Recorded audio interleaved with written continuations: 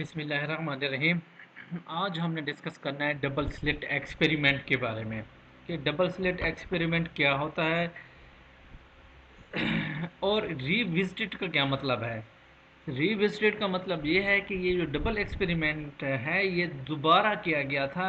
इससे पहले जो डबल स्लिट एक्सपेरिमेंट हमने यंग डबल स्लिट एक्सपेरिमेंट बारे में पढ़ा था जिसमें लाइट की प्रॉपर्टीज़ को एज ए वेव माना गया था, जिसको यंग साइंटिस्ट था थॉमस यंग, उन 1801 के अंदर उसने एक्सपेरिमेंट किया था जिसमें लाइट को एज ए वेव कंसिडर किया था कि जब वे लाइट जब पास होती है डबल स्लिट में से तो वो बिहेव करती है एज ए वेव। उसी कंसेप्ट को लेते हुए ये क्लासिकल कंसेप्ट था और इसको दोबारा रिविजिट किया गया था 1965 के अंदर रिचर्ड फेनमैन साइंटिस्ट ने, और उसने ही ये डिस्क्राइब किया था कि जो दूसरे पार्टिकल के ऊपर उसने अप्लाई किया था। और ये एक ऐसा एक्सपेरिमेंट है जिसको हम कह सकते हैं कि ये जो है ना मोस्ट इम्पॉर्टेंट एक्सपेरिमेंट है इन फिज़िक्स। जिस बेस पे हम इस एक्सपेरिमेंट की वजह से हम पूरी फिज़िक्स या क्वांटम फिज़िक्स को एक्सप्लेन कर सकते हैं, जिसमें से इलेक्ट्रॉन जो है ना पार्टिकल नेचर हो या वेव नेचर हो, सिमल्टेनियसली एक एक्सपेरिमेंट के अंदर इसको परफॉर्म किया गया है। बेसिकली ये एक्सपेरिमेंट है क्या है, इसको कैसे डिफाइन करते हैं, तो आप कह सकते हैं कि electron word fired on A double select he product that interference pattern would still become visible. जब इलेक्ट्रॉन को डबल स्लिट में से फायर किया गया था तो इंटरफेरेंस पैटर्न जो है ना वो विजिबल हुआ था। और उसके बाद ये भी वार्न किया गया था कि experiment impossible to perform because of its small size होने की वजह से, और इस एक्सपेरिमेंट की वजह से वे पार्टिकल डुअलिटी जो है ना वो कंफर्म हुई थी एक्सपेरिमेंटली, जिसमें वो आप इससे पहले इंक्लूडिंग डेविसन जर्मन एक्सपेरिमेंट में अंदर ये चीज़ बता दी गई थी। लेकिन एक ही एक्सपेरिमेंट हो जिसमें हम बता सकें कि वेव है या पार्टिकल है, तो वो डबल स्लिट एक्सपेरिमेंट है। तो इससे पहले हम स्पेशल कुछ पॉइंट्स हम डिस्कस करते हैं कि postulate of special relativity, however this concept often lead to clash the familiar thoughts pattern we would hold for everyday experience. लेकिन रिलेटिविटी एवरीडे एक्सपीरियंस में हम ऐसा नहीं सोचते, ऐसा नहीं होता इस कंसेप्ट को जो है ना लीड करते हुए। One way to crystallize our ideas about the electron wave particle duality is through an experiment in which electrons are fired at a double slit। तो वो डबल स्लिट है जिसमें इलेक्ट्रॉन जो है ना वो फायर्ड हुए, जिसमें वेव और पार्टिकल डुअलिटी एक्सप्लेन की गई। और इसके लिए consider a parallel beam of mono energetic electron incident on A double slit in figure. Next slide में हम देखेंगे कि फिगर 40.21 है, ये बुक की आपकी जो सर्वे की बुक है तो उसके अंदर ये फिगर 40.21 है। उसके अंदर ये देखा गया है कि मोनो इलेक्ट्रॉन बीम जो है ना वो डबल स्लिट एक्सपेरिमेंट को फायर की जाती है। फायर करने के बाद एक खास एंगल पे वो पास होती हुई आउटपुट डिटेक्टर के ऊपर आपको नज़र आती है, जिसमें से मैक्सिमम इंटरफेरेंस मैक्सिमम एम्पलीट्यूड मिलती है और मिनिमम मिलती है, यानी कि कंस्ट्रक्टिव इंटरफेरेंस भी होती है और डिस्ट्रक्टिव इंटरफेरेंस भी होते हैं। वहाँ पे प्रोबेबिलिटी ऑफ इलेक्ट्रॉन्स निकाल सकते हैं। Let's assume this slit's width are small as compared with the electron wavelength। जो स्लिट की वेवलेंथ है वो बहुत कम है इलेक्ट्रॉन की वेवलेंथ की निस्बत। That we need not worry about the fraction maxima और मिनिमा। में से परेशान नहीं होना चाहिए कि वो मैक्सिमा है या मिनिमा है। Electron detector screen as position for, जहाँ पे इलेक्ट्रॉन डिटेक्ट होते हैं वो इलेक्ट्रॉन डिटेक्टर स्क्रीन कहलाती है। वो इतनी दूर होती है सिलेट से कि डिस्टेंस मच ग्रेटर देन दी वाला जो उनके दरमियान डिस्टेंस उससे भी ज़्यादा होता है, separation distance of the slits. D को कहते हैं दो सिलेट्स के दरमियान जो सेपरेशन होती है। If the detector screen collect electron for a long enough time, we find a typically wave interference pattern for the counts per minutes और probability of arriving of the electron। ये एक जैसी चीज़ है, ये काउंट पर मिनट्स हो, interference pattern for counts per minutes हो या probability of arriving electron हो, these are the same things. For example यहाँ पे हम देख रहे हैं कि इस डायग्राम के अंदर हमें पता चल रहा है कि ये सिलेक्ट वन है, ये सिलेक्ट टू है।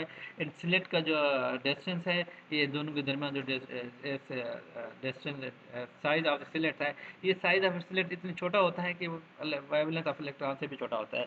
फिर डी है the separation between these two slits, slit one and slit two के दरमियान जो डिस्टेंस है वो डी है। ये डी जो है ना इतना छोटा है एज कम्पेयर टू दिस। जब डिटेक्टर जहाँ पे रखा गया है वो इतनी दूर रखा गया है कि यहाँ पे जब इलेक्ट्रॉन स्लेट्स में से पास होते हैं, पास होने के बाद यहाँ पे डिटेक्ट होते हैं, जिसमें हमें पता चलता है कि इलेक्ट्रॉन के बिहेवियर क्या है, और इसको कहते हैं नंबर ऑफ इलेक्ट्रॉन डिटेक्टेड पर मिनट्स। तो ये इस तरह का बिहेवियर पैदा करते हैं। किसी एंगल पे ये मैक्सिमम आ जाती है प्रोबेबिलिटी, किसी पे मिनिमम होती है, किसी में ज़्यादा होती है, फिर कम। That is the probability of electrons या नंबर ऑफ इलेक्ट्रॉन पर काउंट्स पर मिनट्स, ये स्क्रीन पर नज़र आ रही है।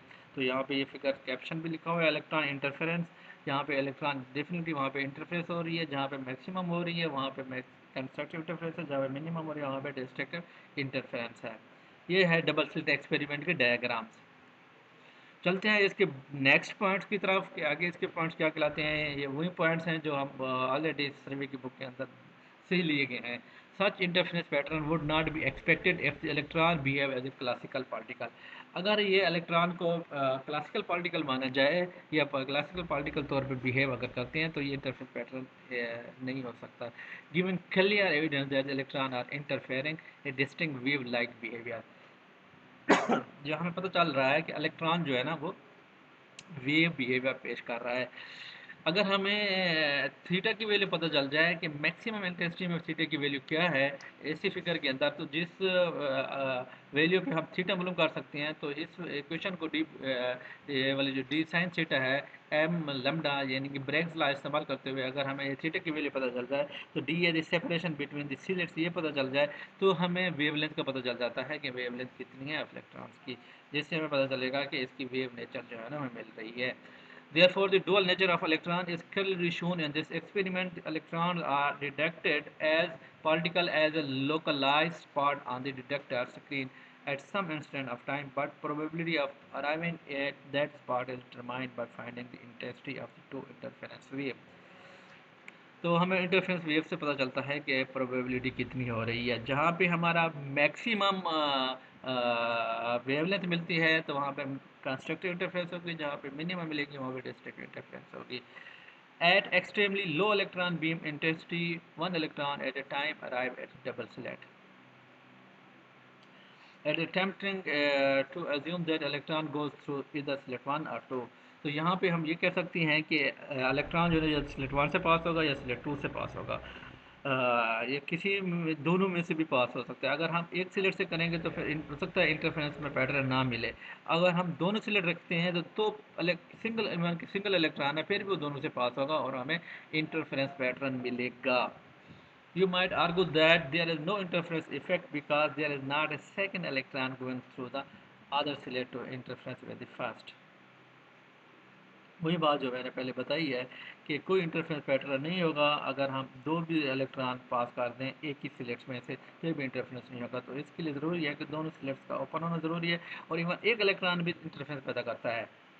This assumption places too much emphasis on the particle model of electron, however।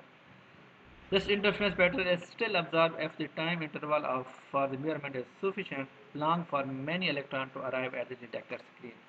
तो इंटरफेरेंस पैटर्न ऑब्जर्व किया जाता है अगर हमें फास्ट टाइम दिया जाए, इतना टाइम हो कि स्क्रीन पे उसको पहुंचने में इलेक्ट्रॉन जो है ना वहाँ पे पहुंचेंगे तो वहाँ पे इंटरफेरेंस पैदा होगा। This situation is illustrated by the computer simulated pattern in active figure.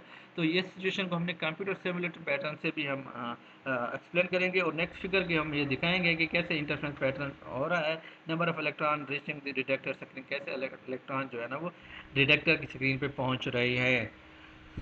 Hence, our assumption that the electron is localized and goes through only one slit when both slits are open must be wrong। जब दोनों slits open है तो हम कहते हैं कि एक ही slit में से होगा, ये हमारे लिए मुश्किल होगा, हम इसको एक्सप्लेन नहीं कर सकते, ये पेनफुल कंक्लूजन है।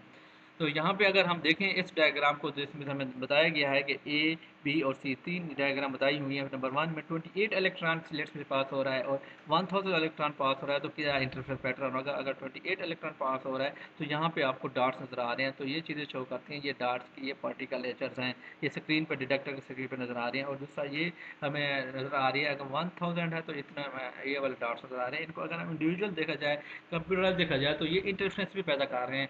और इसी तरह 10,000 इलेक्ट्रॉन को हमें इस तरह का पैटर्न नज़र आएगा। और अगर हम टू डबल स्लिट पैटर्न को हम टू स्लिट इलेक्ट्रॉन को देखा जाए तो हमें पैटर्न नज़र आएगा और इंटरफ्रेंस होगी। तो यही बातें इसमें लिखी हुई है। तो interpret this result we are forced to conclude that electron interact with both slits simultaneously.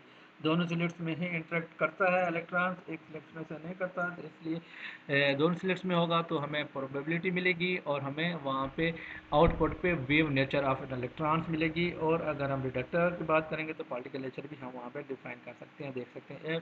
If you try to determine experiment which slit electron goes through the act of measuring destroy the interference pattern. अगर हम ये कहें कि electron experiment के slit किस electron किस slit में pass हो रहा है, तो हम वो इंटरफेरेंस पैटर्न नहीं बता सकते, डिस्ट्रॉय हो जाएगा। It is impossible to determine which slit electron goes through, ये किस स्लिट में पास हो रहा है ये हम नहीं बता सकते। In fact we can say only the electron pass through both slit. अब हम सिर्फ ये तरह कह सकते हैं कि इलेक्ट्रॉन जो है ना वो दोनों स्लिट्स में से पास हो रहा है। Same experiment apply to photon, ये इलेक्ट्रॉन के लिए नहीं है, फोटॉन्स के लिए है, या इवन न्यूट्रॉन के लिए भी एक एक्सपेरिमेंट किया गया, प्रोटॉन के लिए भी किया गया, तो सेम रिजल्ट यहाँ पे अचीव हुए। If we restrict ourselves to a pure particle model, it is uncomfortable. The electron can present in both slits at once. For the quantum particle model, however, particle can be considered to be built from wave that exist throughout the space. Therefore, the wave component of the electron are present at both slits at the same time, and this model leads to more comfortable interpretation of this experiment. तो it mean wave model को इस experiment से ज़्यादा तकवीत मिली। I hope कि आपको ये lecture समझ आ गया होगा। फिर भी अगर आप इस लेक्चर के बारे में कोई क्वेश्चन है तो आप मुझसे पूछ सकते हैं। अल्लाह हाफिज़।